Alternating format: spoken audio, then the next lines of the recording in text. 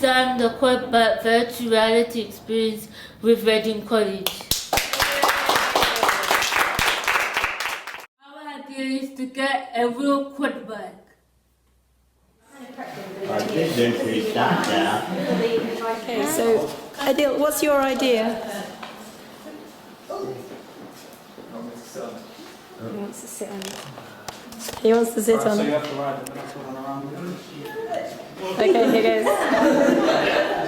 When you sit on the quad bike, get a virtual reality experience of being a real shepherd.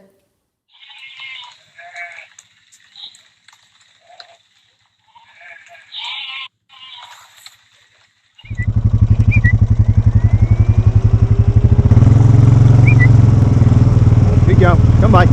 Turn, here. Turn, come by. Good girl, come by.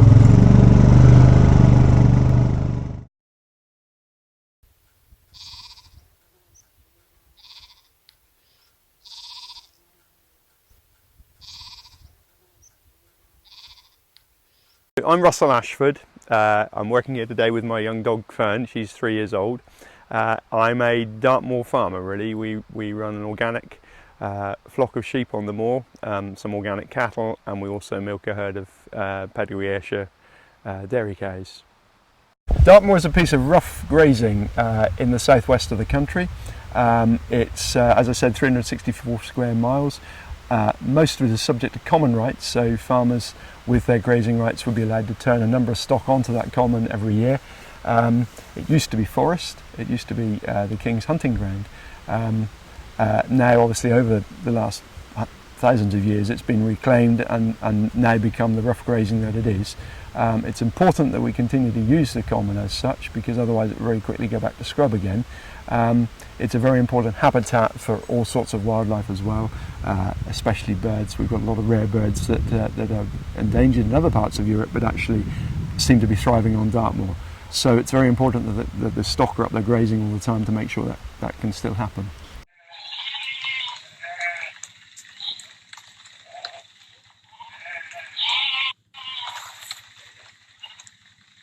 So you get wool, obviously, but the value of wool is so depressed at the moment.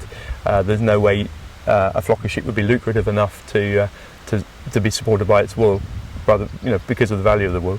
But meat is probably the most important thing in this country. But also some breeds are kept for milk as well, for sheep's milk. Good girl. Good girl. Walk on. Walk on. Walk on. Good girl. I tend to use verbal commands to her most of the time. I'll whistle for her to come to me, but otherwise I'm not really good enough at whistling. You can control a dog totally with a whistle. I'm not up to that, I'm afraid, and that's not how I've trained the dog. But whistle would be for her to come to me, and then most importantly really it's come by and get away, and come by would be to send her to the left, get away would be to send her to the right.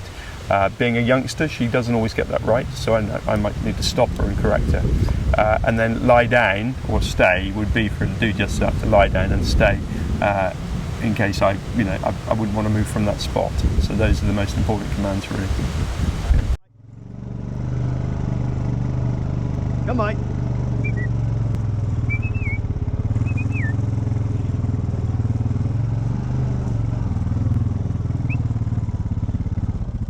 Ben?